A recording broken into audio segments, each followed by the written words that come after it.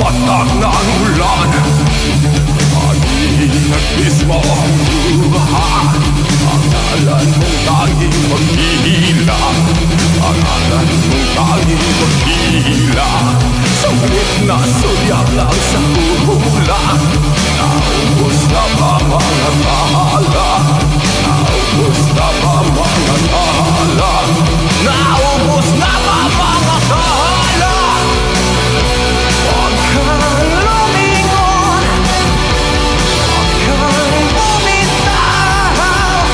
Hindi ka nag-isa. At sa iyong mga minimitik, mga iniisip, hindi ka nag-isa.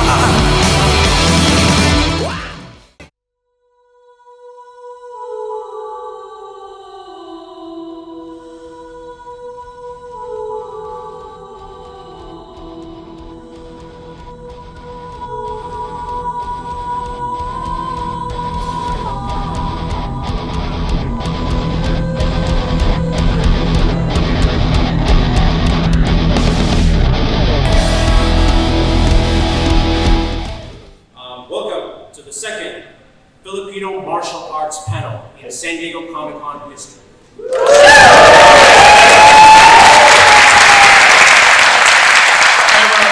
Combat, unveiling FMA's historic legacy in comics, film, and TV. Please take a photo. If you want to learn, I don't care where you are in the geographical region of North America or the world, thank you for attending San Diego Comic-Con. But these are all their contacts and also distance learning if you need. Okay? So I'll leave it up a little bit. And just a short recap of last year. It will only take me about 3 to 8 minutes. We went over what is FMA. We wanted to talk about arts that are practiced in the Hispanic-sized regions of the Philippines. There was obviously martial arts prior to colonial times, during colonial times, and post-colonial times. We will just simply call it under the rubric of FMA. No politics. First, we meet our panelists again. I know that not all of you were here last year, right? Arlene convinced me it is. Good. Good evening. My name is Arlene. I am teaching Ikiti It's a Filipino martial arts system under Grad Tuhong Leopoldo Gavi Jr. We are teaching in the DC, Maryland, Virginia area. Our website is trainpikiti.com. I've been doing FMA. I started in FMA 30 years ago, and then teaching Ikiti for 15 years now. So thank you.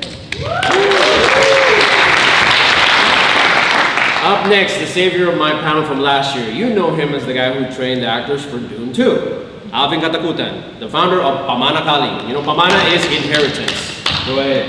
Hello, thank you very much, guys. Innocent lineage and many of the motion arts just happen to be here. Thank you.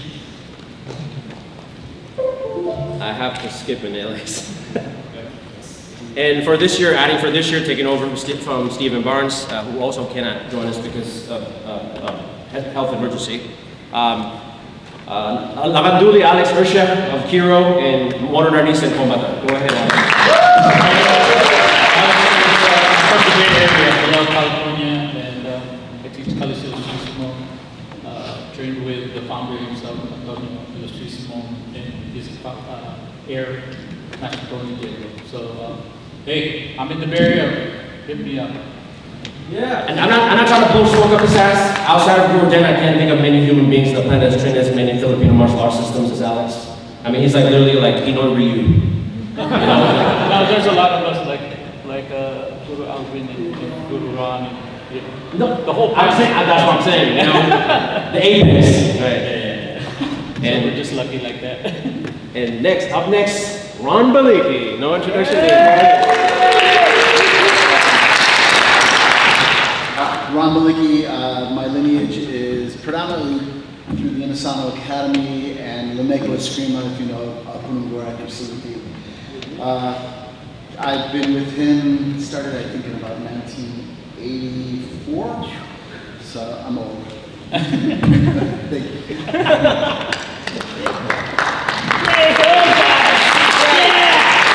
And you won't believe this is a story that only happens and can only be allowed in SDCC. And LA cannot join us, the mocap actor for Simon Ghoshali in the Call of Duty games. So, last minute, literally within the last like 10 hours. Claro.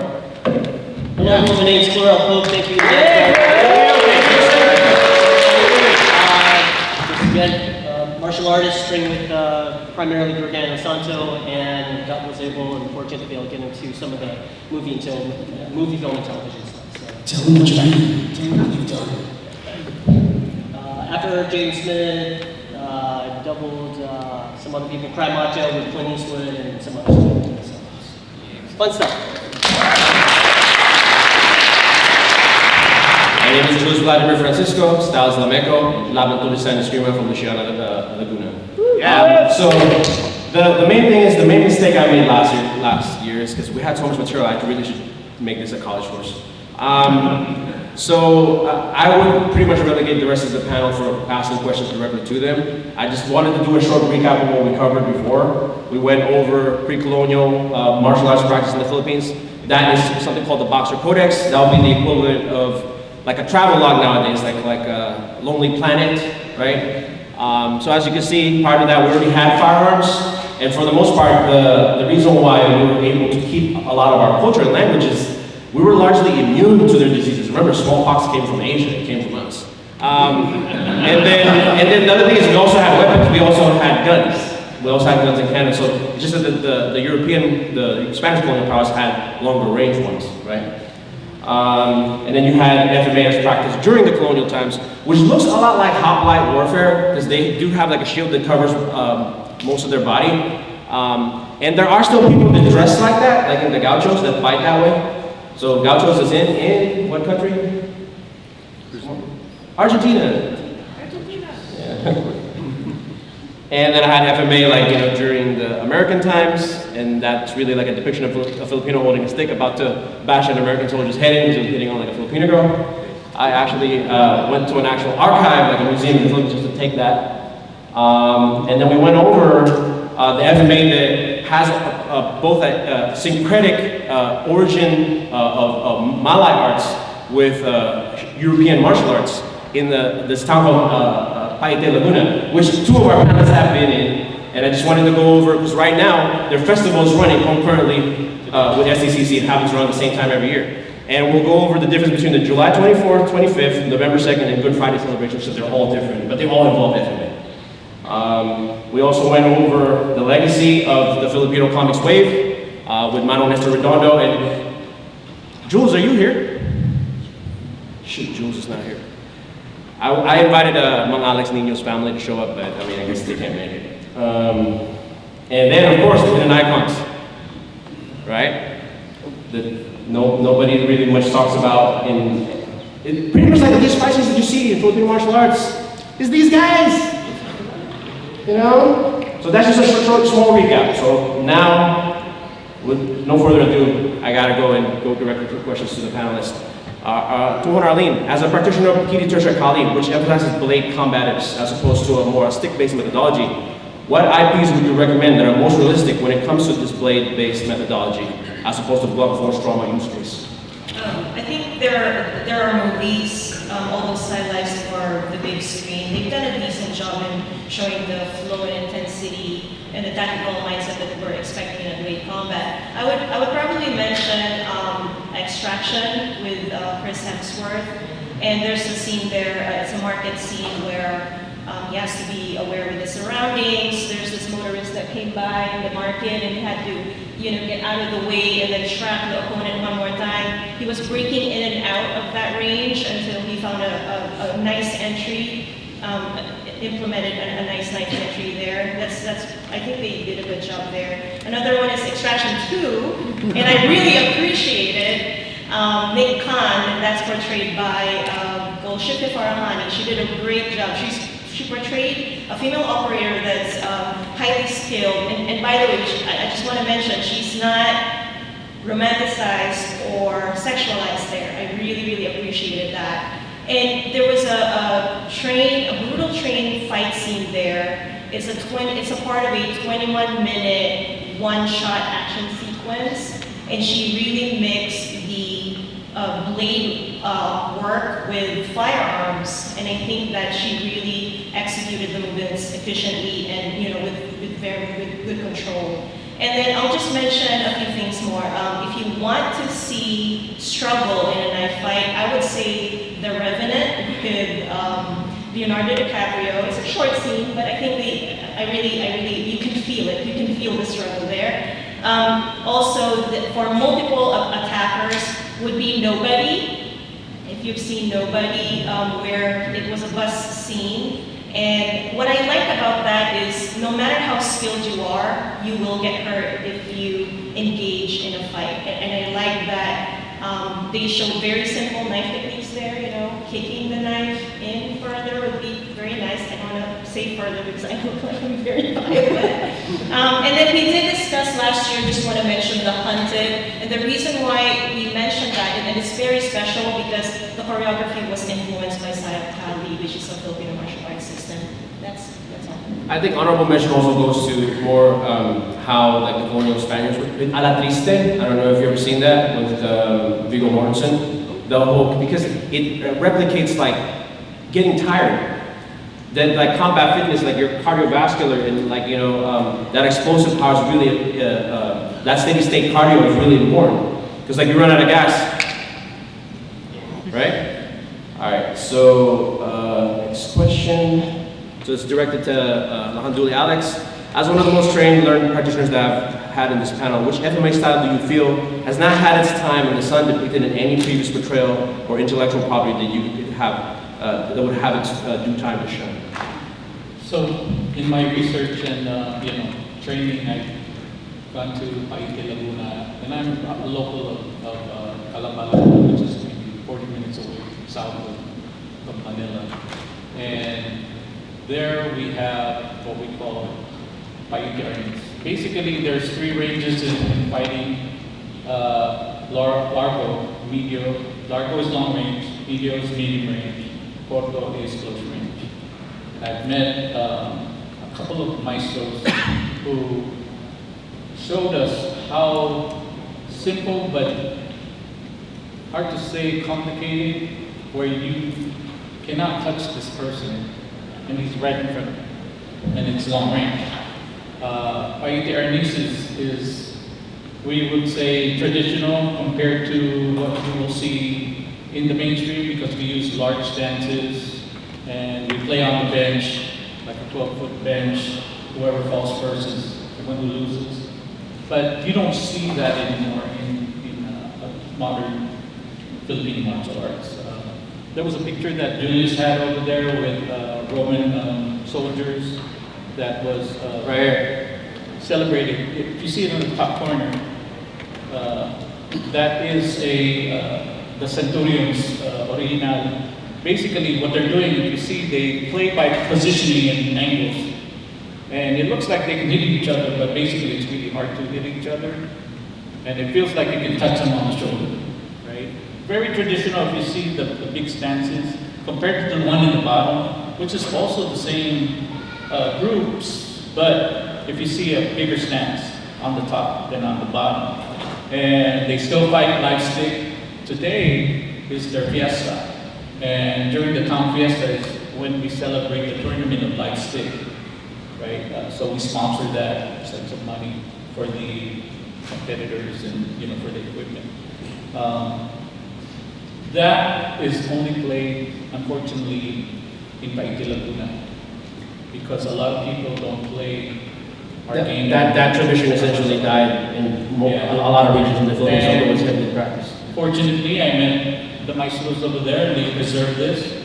It's a 4-hour, trip to get there.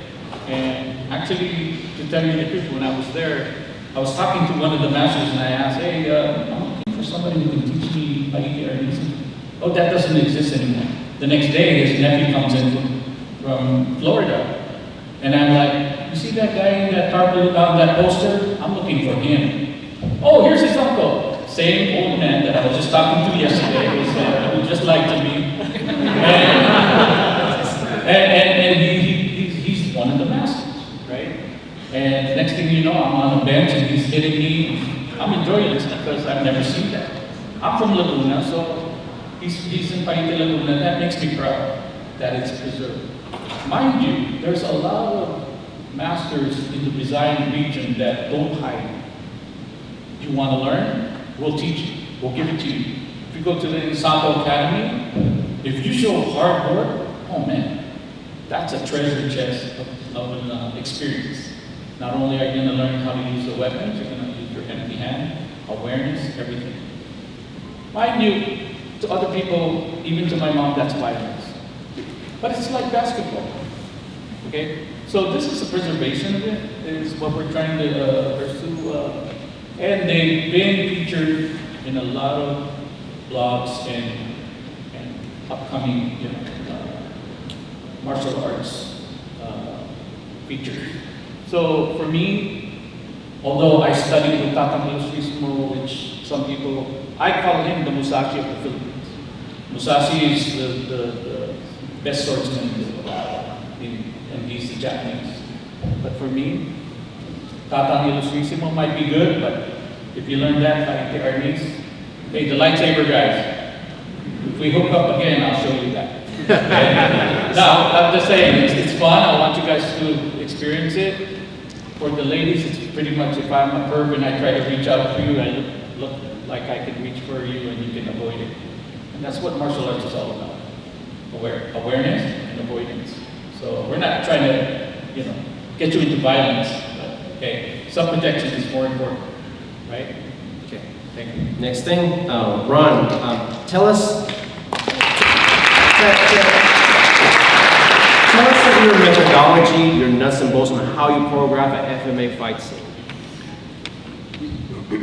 It's so funny, I was thinking about this the other day because you kind of prepped me on a couple of the questions. And a lot of the time, I don't even know how to formulate this question. I'll go to a director and I'll interject what I want. It's not as if I think I've had one time on a film where they're like, we want FMA. Otherwise, they're like, we need this, and I'm like, well, this is the answer to it. It's usually Filipino martial arts. What I'll do is, just like any of us here have been on a film, I'll look at the script. I'm going to look at the environment. I'm going to look at like the A and the Z. Where does it start? Where does it end? And I want to make, for me, I like to make everything palatable. Like obviously, you want to showcase technique. You want to really showcase the martial art. I've had a lot of people who are like, it's too flowery. Like I've had some actors kind of like, have you had this where they fight you? That wouldn't happen in a real fight. And I'm like, this is not a real fight. It is a movie, and we want to showcase the art. So I want to highlight it, and so I will sit there and I'll put it together, and I'll just say, what's the environment? It's going to have some chairs. We got a table in here. There's glass. Can I break that glass? But all the nuts and bolts, as you had said about putting the whole fight together and how to get from A to Z. I've got somebody in the audience who worked with me, and we were in the Caribbean, right, Gene? So, and he was there with me for one of the fights that we put together. And I am the best person at stealing techniques. If you've got something cool, I'm going to showcase it. And even if it's not Filipino martial arts, by the time it's done, it's usually got a little bit of Filipino martial arts in it. I can't get away from it. It's just, it's just bred into me so deep. But the beauty of it is, I've found, at least through my time with Guru Daniel Santo, he has shown me so many sectors and methods to where somebody had called me once a fight doctor, because I come in and they're like, all right, they're always going to skinny up a fight because of time. So it's like we make this big giant fight and we're like, man, the clock's ticking, we're out of time. We need to cut that, but we need to get here. How do we get there? And I'm pretty good, and I give credit to the English Academy, but to Filipino martial arts, is I don't care what they want. They want left hand starts inside, left outside. There's always been an answer for me, just because and I'm not talking about the movie Matrix, but there's like a matrix to it, meaning there are all these sectors and lines, And once you see the position, I'm like, all right, we got to cut out of it here. Here's a good spot. We can add this. This is going to cause this effect. This is going to put me right here into this area. So I've been pretty good at patching stuff together, or being in the pocket, because I've literally been like, look, I've worked A-list shows. I've worked a lot of B shows, and you guys ever watch a B martial art movie and you're like, oh God, it's horrible. I used to be that way. But then I look at the gun arena, because it's a money factor. It's like, hey, we don't have the money for that. You want that? There's no time for rehearsal. There's no time for this and this and this. You got to kind of like make it work from where you're at. And you got to skim things up sometimes. And I've been pretty good with saving a lot of the shows that, you know, I'm not God with it. I'm not trying to say that, but I'm getting hired still.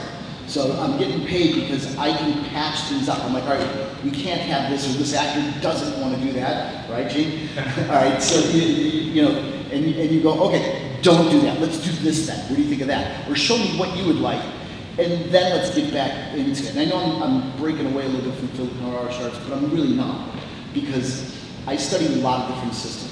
You know, right? I mean, we're into shoot wrestling, Jeet Kune Do, Silat, Thai boxing. You know, you name it. We're doing all these different arts. Film work has been Filipino martial arts. Now, I don't know if you guys know who Dan Santo is, but I was with him 2 days ago for his birthday. He's 89 years old. Woo. And I told him before I was coming, and he knew I had done this last year, right? And I said, let me ask you a question. What's the first Filipino martial arts depiction in film that you remember? I don't know if you guys have a film, first time you've seen it, or like a history thing. For him, he said it wasn't that they did something, it was a mention. There's an old movie, now they've remade it, or they've used this name again, but Gung Ho. Now, there's an old like 1940s film, and they said, what do you men know? It was wartime, and they weren't in the Philippines, they were in Asia. He goes, well, they're doing this from this place, this from this system, and all our knife work is Filipino. And he said, that's my first memory of it. So the reason I bring that up is, I don't know if you guys know who Jeff Amado is, but Jeff Amado is a legend in the stunt world. Amazing person, we all know him personally. Guru Dan and Jeff got hired to do a samurai fight. Do you know about this? And so, you know how brutal he is. We've got to take some more lessons and sharpen our skills. So they ran and they got an Aikido guy and a Kendo guy, and they just worked it for like a month. So they get to set, and they're there, and they're getting ready to go, and they start, and the director goes, no, what are you doing? He goes, you wanted us to put together this Kendo scene. He goes, that's not what you know. I've seen you doing this other thing. He's like, what? And he goes, you're doing, he goes, oh, that's Filipino martial arts. He goes, yeah, do that. So now you got two samurai guys. And the reason I bring this up is Filipino martial arts has saved so many films and been depicted as so many other systems outside of what the Philippines is offering. And it's, to me, one of the biggest gifts in Hollywood that it's you know, you ever heard the term redheaded stepchild? It has been. It's getting some credit now because of people like you. Yeah. You know, but for the longest time, you know, you say I do Filipino martial arts, and people look at you like you're speaking Polish to them. What? And don't get me wrong. It took me a decade and a half of bleeding. I've done this panel throughout different conventions throughout the country, and there's a reason why last year was the first year, like ever, that you had like a dedicated Filipino martial arts panel. People don't know, man. Like, you know, I do this like for a labor of love. We all do. I don't want to keep going. I don't want to share the stage. That's okay. But so time for our first kind of prize question. And the thing is, you gotta be quick, right? If you know it, right? There's an upcoming Prime TV series, Amazon Prime TV series coming up, with Daniel Day Kim as the lead. It's got a lot of FMA in it. If you know the name, raise your hand. You get your first. You came first. Butterfly. Come up.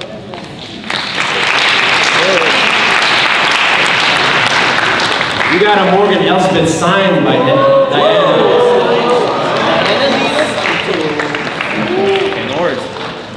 So the next, and now they couldn't be with us, like this year's, unfortunately, right? So you're gonna have to take that mantle, right? Okay. Claire, Mr. Pope. I'll try my best. Who's the best thespian or quickest study you've ever trained with in a role? Ooh. Me, right? No. Yeah.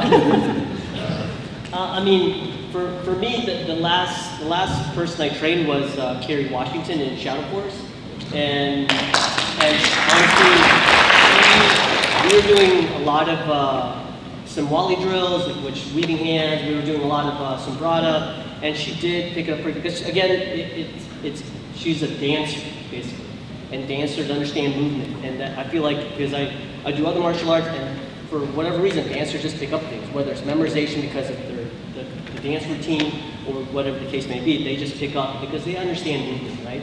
So, I mean, she did a marvelous job, as well as my first movie I did was Jaden Smith. I doubled him in After Her, and we were doing a lot of Philippine martial arts in Silat because he had, the movie, he had this blade that could transform into different things, from a two-hand thing to a double stick thing, sword and whatnot. So he was learning that as well with Guru Jeff Amato, and he picked up. So it's just a matter of, it's just, if you understand movement, okay, I think you just pick up so much when it comes to that. So for me, obviously, the last person I trained was Kerry Washington, and she did marvelous.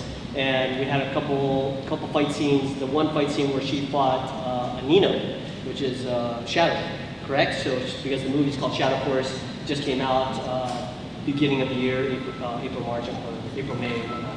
So, and there was a fight scene there, same thing, knife exchange, and of course,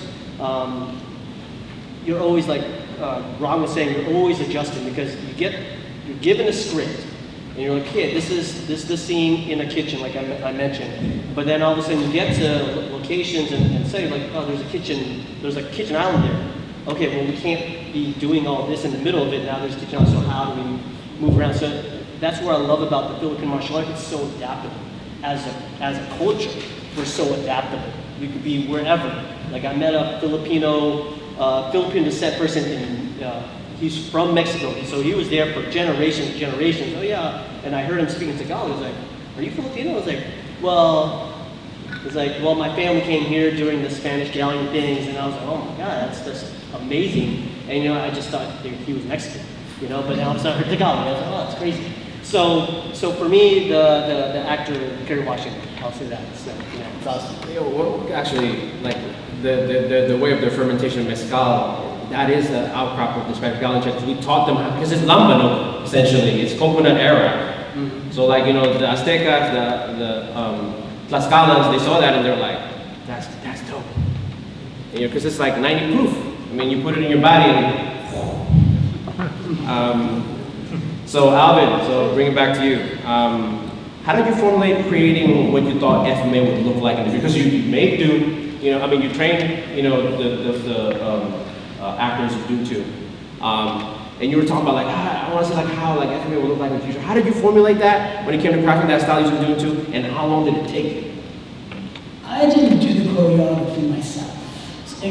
All the choreography is a team effort for this project. Each project is different. Some projects have a fight choreographer building the fights, as Guru and Corel have done themselves. But at best, when you have a team of very talented stunt people, martial artists, they bring so much that you are wasting the talent if you don't pull from them. So there's a team in Prague, there's a team in Jordan, and they were building the fights while I was training the actors here in Los Angeles. And I was preparing them with Filipino martial arts. I taught them sombrata, I taught them sinuwala, I taught them close quarter knife from Bikini Tertia, and knife flows, so that they could move and look like they knew what they were doing, and they would be doing it all their lives, and they grew up in a warrior culture. And I passed on to them stories from Guru Dan and cultural history from the Filipino warriors, so that they could add that to their research as performers. The fight choreography came to me via video from the teams on the other side of the earth, and I learned both sides of the fights, and I taught it to the actors, and I rehearsed with them so that they knew the fights before they landed. And so everything is very efficient because we have a budget for it. Sometimes you don't have a budget. Sometimes you show up on set and the director says, "You have 5 minutes, we need you to do something about it." And then if you're not well-trained martial artist and stunt fight performer, you're not going to have anything. And if your team doesn't, then you can't make anything up. So it's a team effort most of the time. You're asking for the best out of everyone. Just going back to the question, Mr. Pope, what FMA weapon do you want to see more in both video games and movies? Actually, I just did a mocap thing for a project coming up, so hopefully you guys can see that through the video game.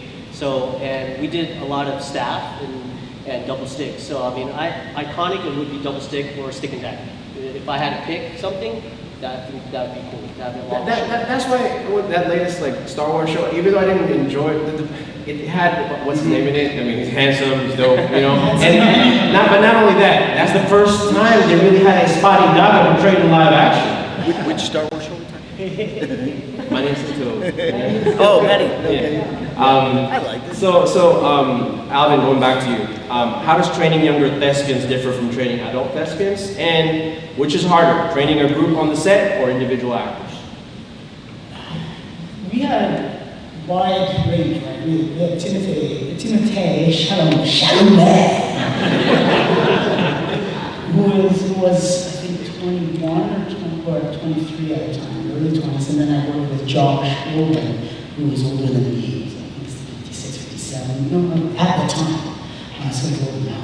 But, so generationally, you had people, this brilliant, both of them, incredibly talented human beings. Timothy was very busy with his huge schedule, because he was doing with Wonka and the film he just did before, June 2. He was doing press all over the place. So I had to get him ready as fast as I could with a limited time. And so I gave him, he had so much energy that I could just throw everything at him, and he just took it. And that's what youth gives you. With Josh, we spent a lot of time getting to know each other, and I got to know where he's at the time in his life and what his character is about. And most of his fights were melee; they were like in battlefield, so big movements, and he didn't need too much close quarter detail. So we just worked his athleticism and movement like a warrior, like someone on battlefield. So big swings and multiple opponents. Which brings me to my next prize question. Hopefully some of you all are Doom fans here, right? You gotta finish this sentence for me, right? I mean, it's kind of one of the famous lines in all of the novels. The slow blank penetrates the shield. You. Come up. Yeah!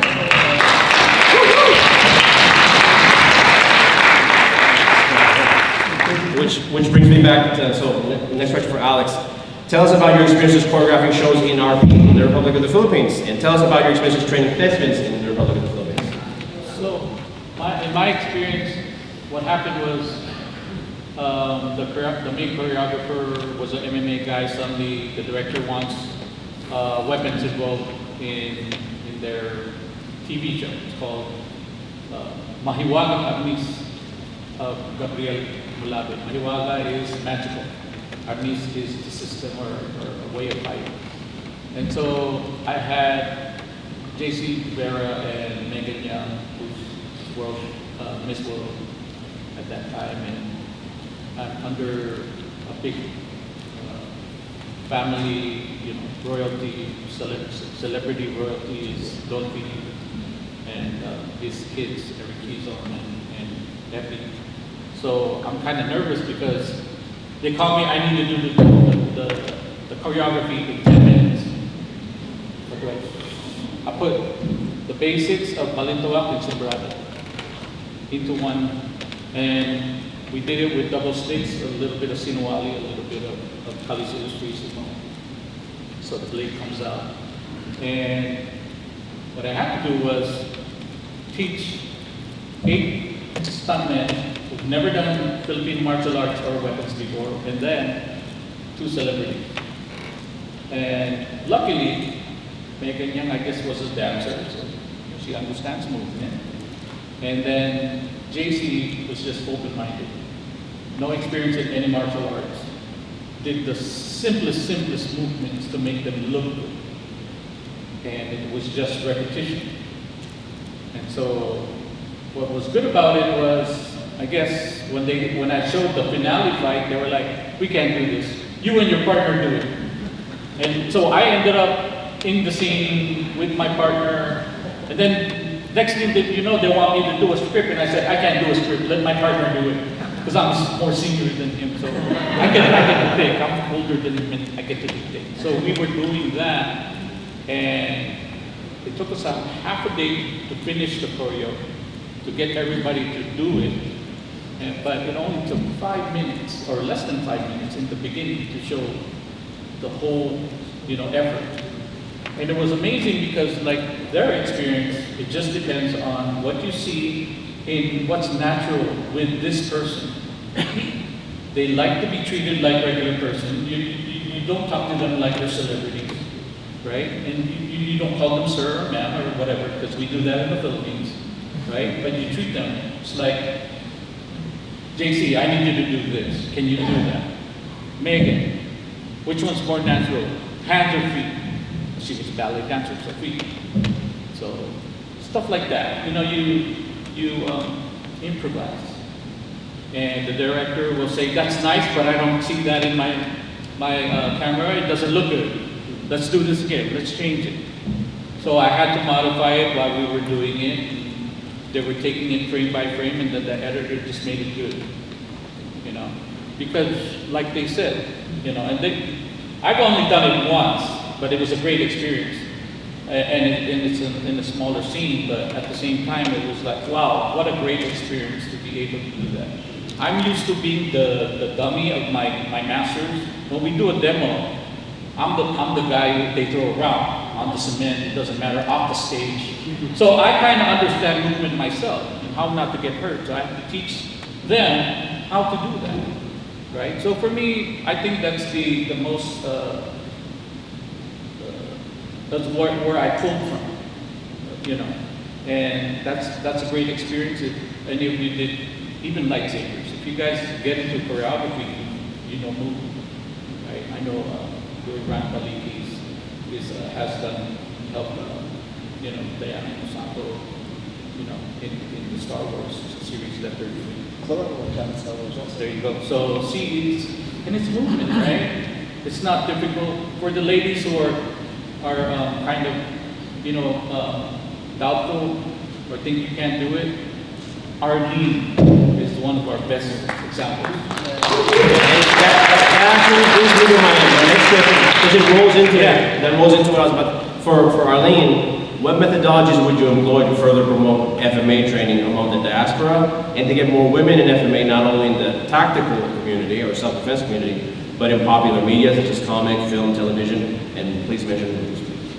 You're challenging my English. My nose is bleeding already, but okay, I'm gonna try. So I think the key here is to create a sustainable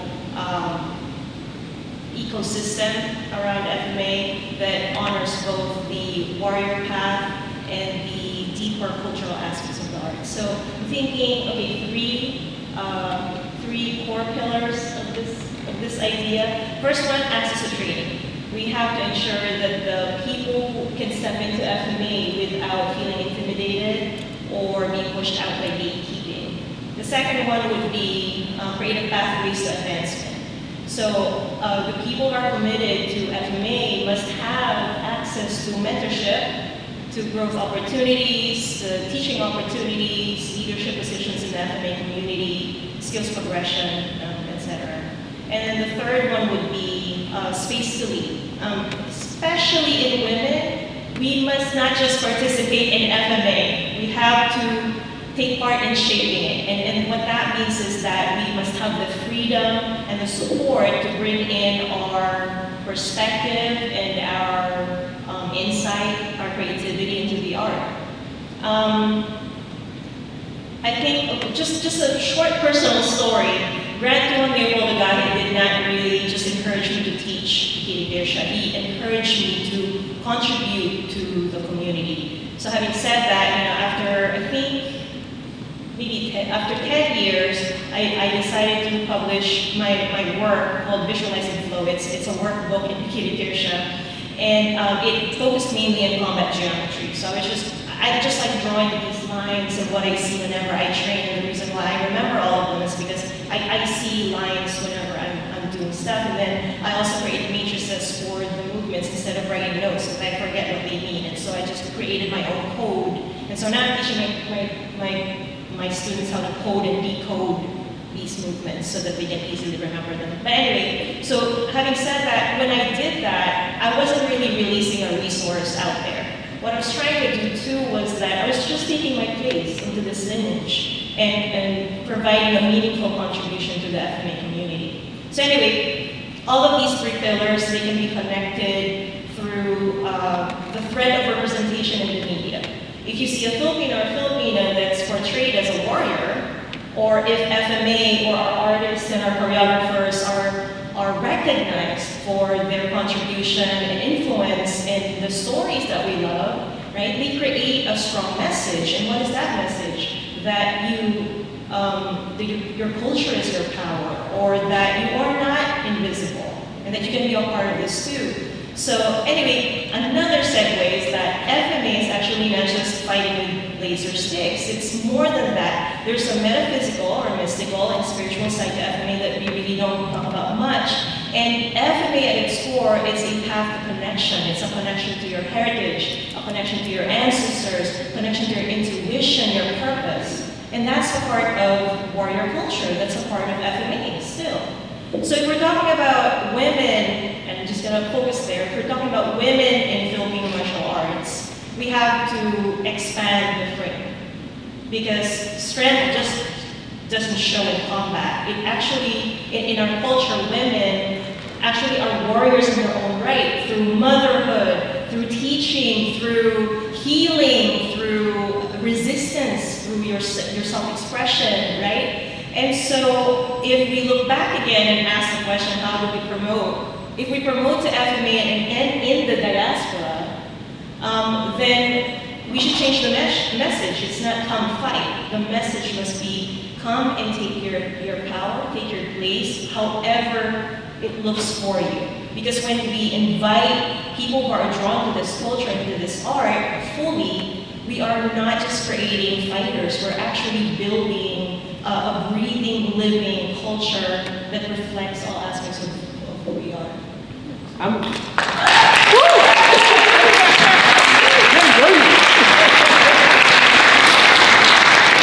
I created this panel, this almost like Mortal Kombat Deadly Alliance of basically the top instructors on the planet training like not only special mission units, but just regular people. For you, for the creator, for you creatives.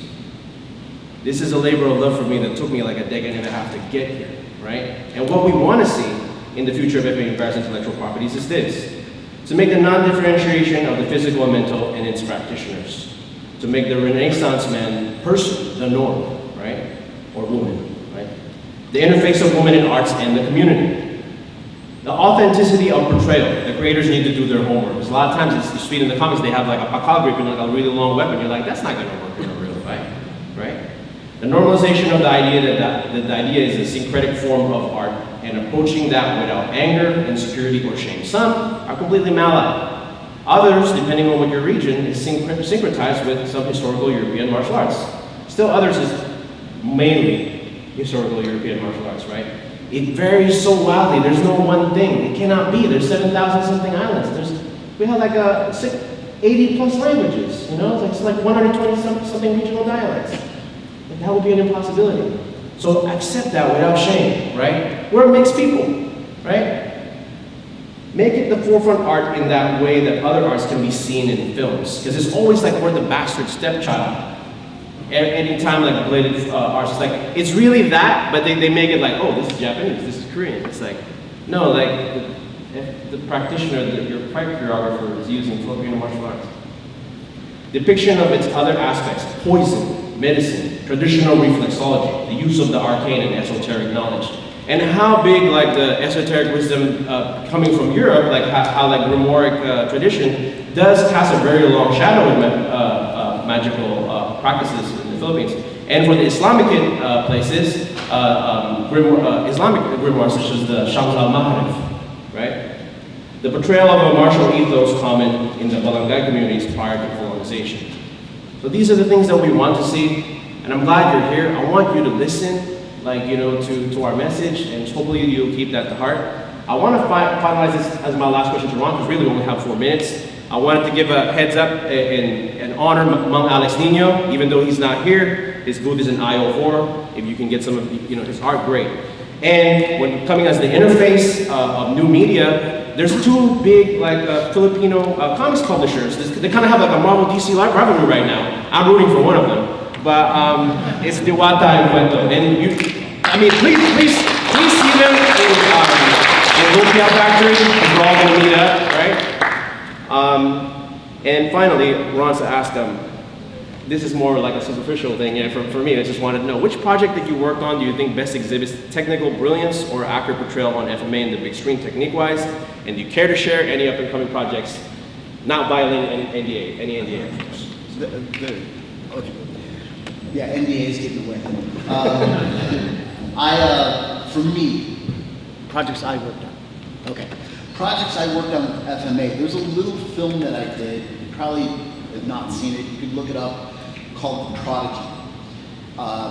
It was awesome film. I loved it. The director let me have my way. He didn't get in my way. I think the only thing that he might have said is, hey, can you change the angle here or there? But he didn't ask me to change anything in the fights. So the first thing I did was, I played an assassin. Well, I stumped a little the actor who played this killer. And it was, do you remember the LA bank robbery thing? When everybody, they armored up? The director wrote the film on that. So I had to do this fight. They called me Claude Rains. Who knows what Claude Rains is? I do. Yeah. One. Well, because it's like Casablanca, the short guy. No, the Invisible Man, Claude Rains. Well, yeah, the actor. Yeah. So I had to go in completely covered, and I had to do this fight scene. It was supposed to be night vision, but they gave me welding goggles. And I'm like, I can't see anything, but whenever they kicked all the lights on, I could kind of see figures. So I did this whole knife fight blind. So I just told the actor, his name was Hope Boss, I'm like, dude, you gotta watch out, man, it's coming. So we made the fight. Usually you'll get into these fights, and the actor will see the guy coming with the knife, and he's all like, come on, and he's gonna take it. We made him scared, so scared. He was like, we really tried to bring up the danger, as if you confronted him. Now the beauty of it, I'm gonna ruin the film. Is that okay? Yes. The beauty of it is, it's his father who left him as a child. He doesn't want to kill him, he's training him to be like him. So he has no problem with hurting him, he just doesn't want to kill him. So there's some things in it, when you watch the movie, you go, you let him loose. But then you realize, let him loose because it's dad. But I really got aggressive with it. If you get a chance to see it, it's probably what I'm probably most proud of, because, and I've had some other good stuff in FMA movies. But when you watch this, I made it visceral. Guru Dan, he called me up. I'm on seminar, and he called me up. And I guess he was in a hotel and nothing to do, and he seen the movie The Prodigy, put it on. He goes, did you do a movie called Prodigy? I go, yeah, Mom. He goes, you choreographed that? I go, yeah. He goes, that was evil, Ron. That's not. He kind of like, I felt like, and he goes, it was a good job. But it was really aggressive. It was really nice. Now, I think we're. Oh, you're out? Are we out? You're the last panel. Okay.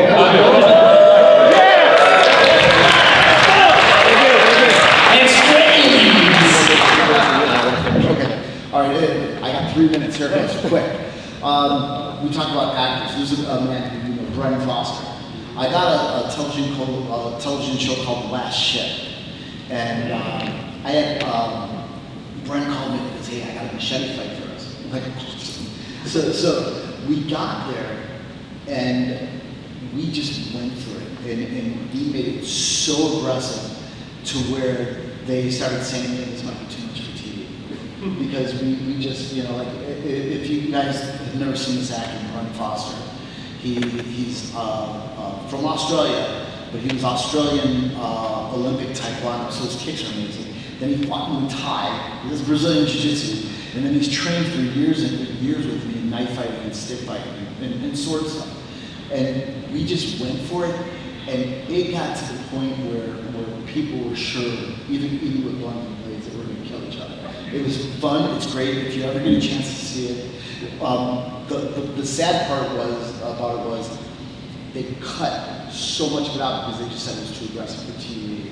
If you go on the website, you can probably see the whole fight. I was training it, but I'm pretty proud of that. So go, take it. I'm sorry. No, it's okay. I mean, the goal after this is for us to hang out and go to Lumpia Factory and hang out with Kuya Doug. This will heal, right? And maybe after that, hang out at the ICE as the Oscars of comic books, right? But finally, I just want to say this to all of you. Mabuhay ang ating sining sa panlaban. Long live our basically weapon, technology, how to build weapon technology. Mabuhay ang mga Pilipino. It's like, long live the Filipinos, right? At mabuhay ang kahit sino na gustong matuto ng FMA. Indeed, it's not just the Filipinos, like any other race that practices our form. This is our gift to the world. Don't shit on it. It took me so long to get here. You don't understand the kind of tears, blood, the sacrifice that we've been fun of. God, I can give this mabuhay ang